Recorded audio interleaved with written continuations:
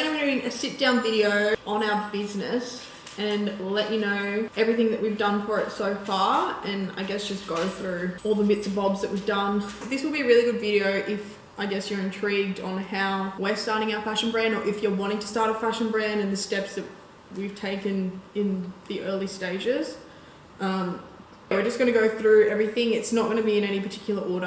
What we've done and what we've learnt so far. Yeah.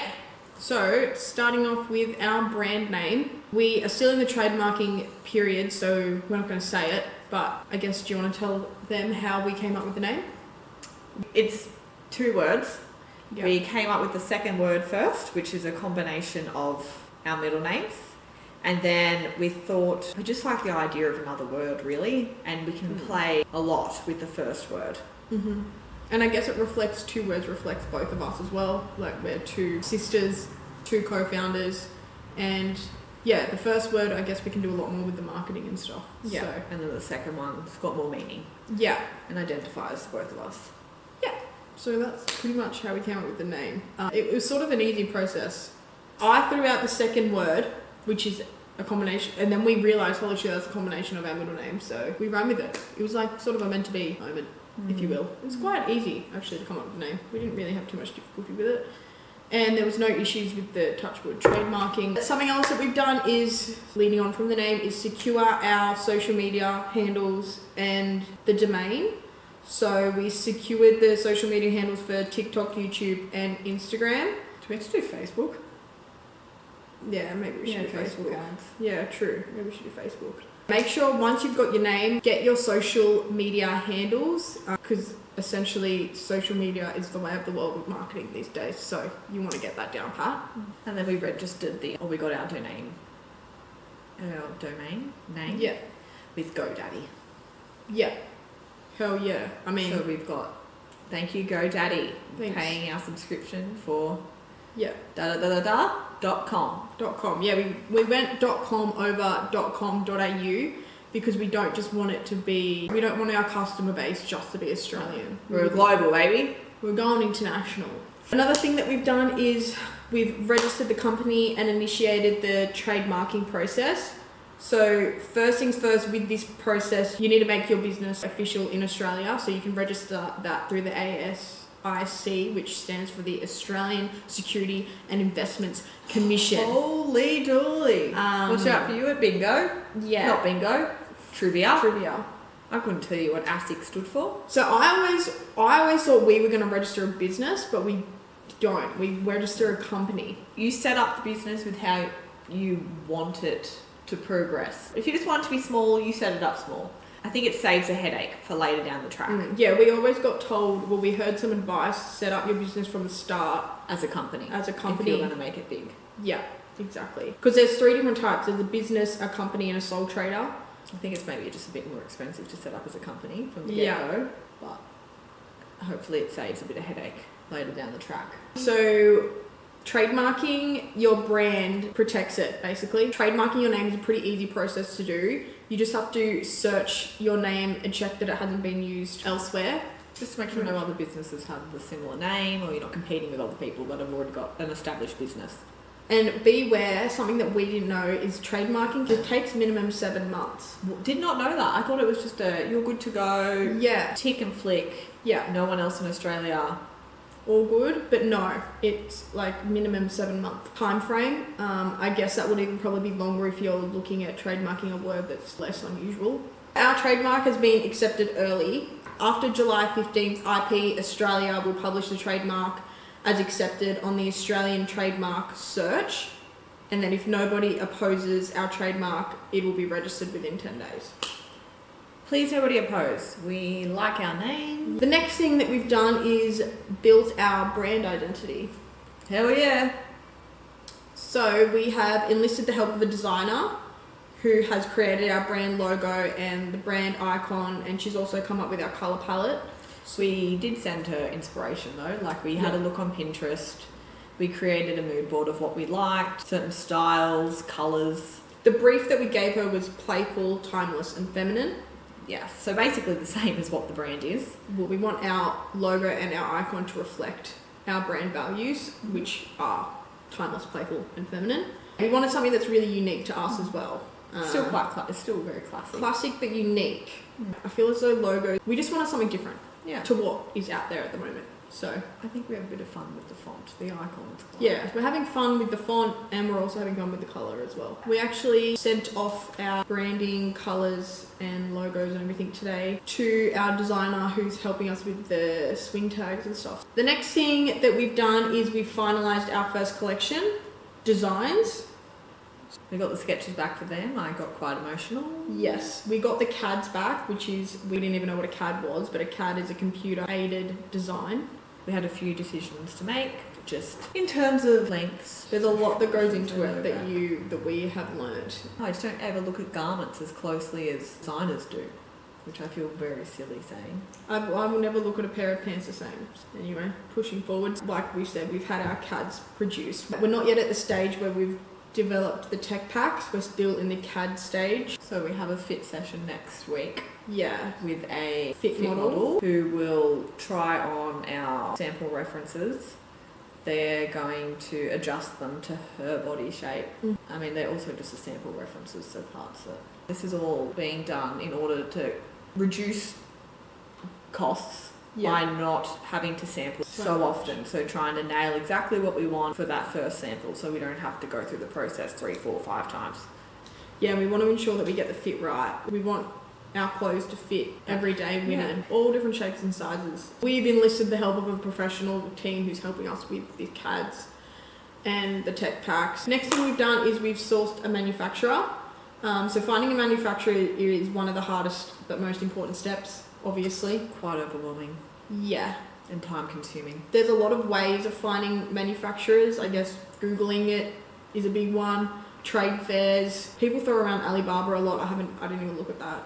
I remember I watched a YouTube video and a guy would go to different manufacturers in different countries and he had a link you could sign up to.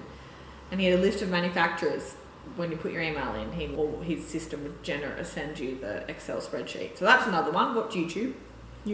Or the path that we are going down, which we didn't know until we started our research, is an agency who already works and has a good relationship with ethical suppliers overseas, because we of course want to be ensuring that our clothes are being manufactured in an extremely ethical way.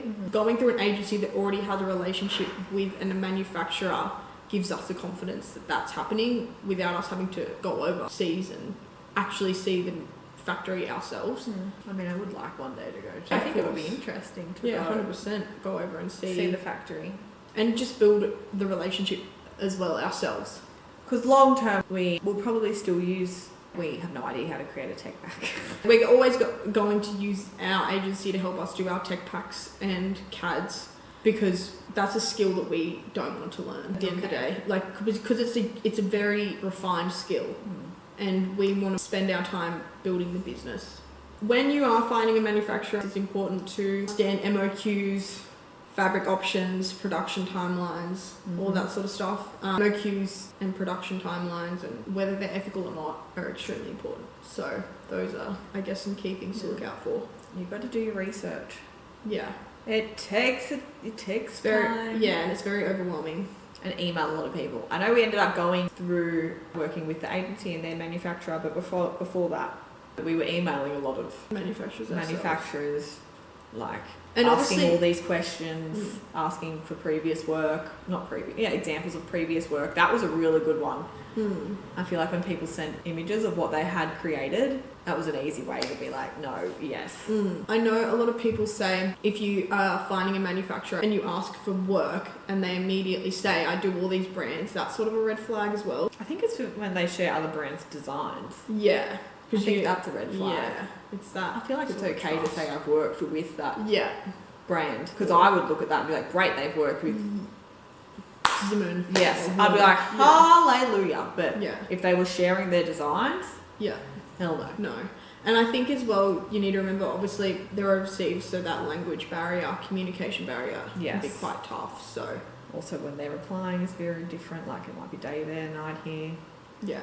And English is not everyone's first language, so that can be quite difficult. But yeah, another thing that we've done is we've developed and refined our swing tags, care labels and packaging. Swing tag, we are going with a colour that was in our colour palette, and then we're going to emboss our logo on it. We also learned today that barcodes cost money. Yeah. Should know that. Didn't think it would be. I thought it was like a QR code, which can be free. We were going to put the price on the swing tag. Probably won't put that on there now in case costs change and then we have to change the swing tag, so I won't do that. But yes, we were just measuring out the size we wanted the swing tag, how we want it connected to the garment, where we want it connected to on the garment. So the tags on the garments, we've got the care tag and then the brand And size sizing up the top. So the sizes of those, what information we want on those. And we found... Oh, yeah, sorry. And then the material. So like we're probably going to do a woven material for the... Rather than a printed. Or like a linen. Yeah, for the back of the shirt tag. We also need to check that the tags that we've chosen can work with each of our designs as well. Yeah, so they sit nicely on the piece. We pulled out a lot of clothes from Courtney. Courtney's been keeping her swing tags as well, which has been really helpful, and we were just comparing different swing tags. Like the thickness of the cardboard. Yeah, and what we liked and what we liked the most. And even the string, how that's connected to the swing tag. If that's like looped through, or if it's tied through, or if it's knotted, or... if it's a safety pin. Yes. And then all the pop locks. I never thought we would be measuring swing tags with a ruler. Or care labels or... Another thing we've also established is we've decided that we're going to do return tags. Some brands do the full... a return tape? To return ribbon tape thing, but we're not going to do that. I think we'll just have a separate tag that once you pull it off, it can't be returned, which a lot of brands do. I feel like that's easy too.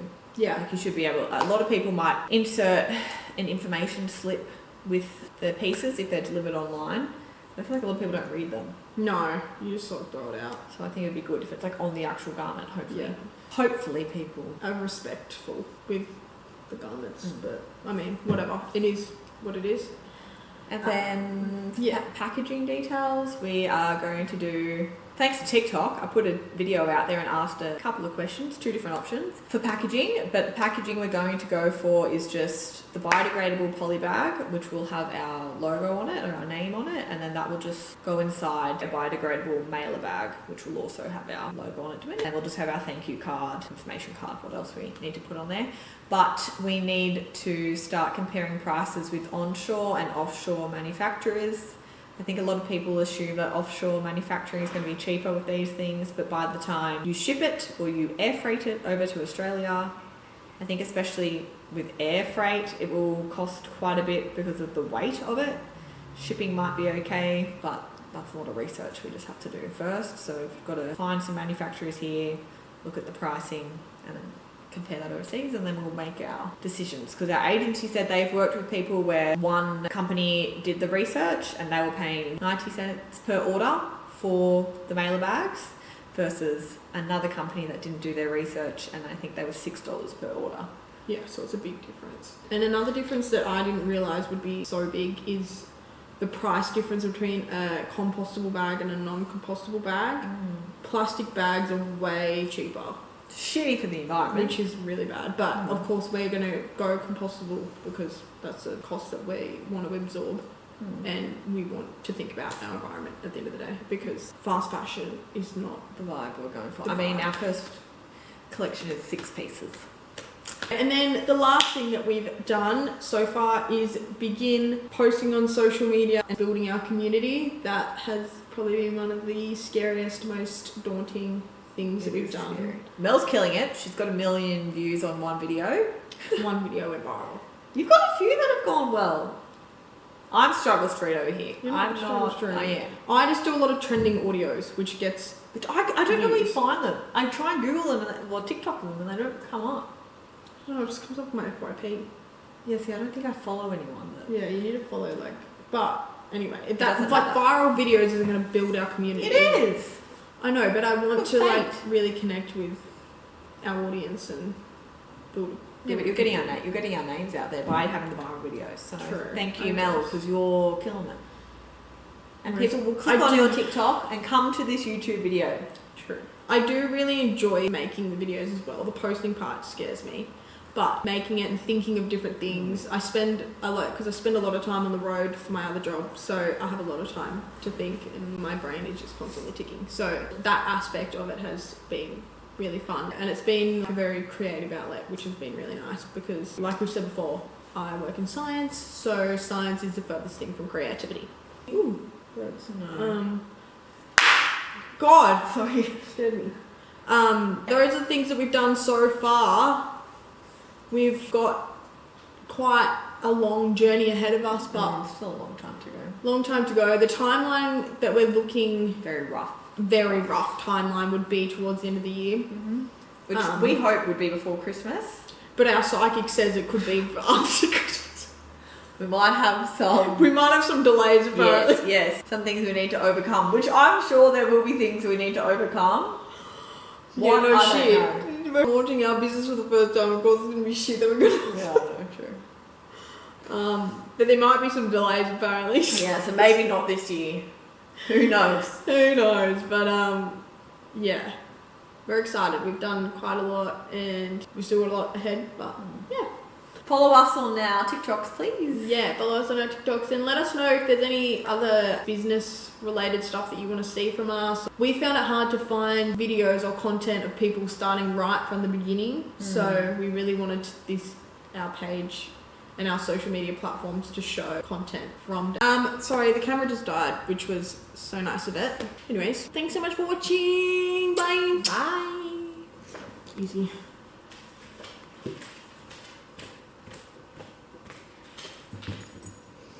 Straight on.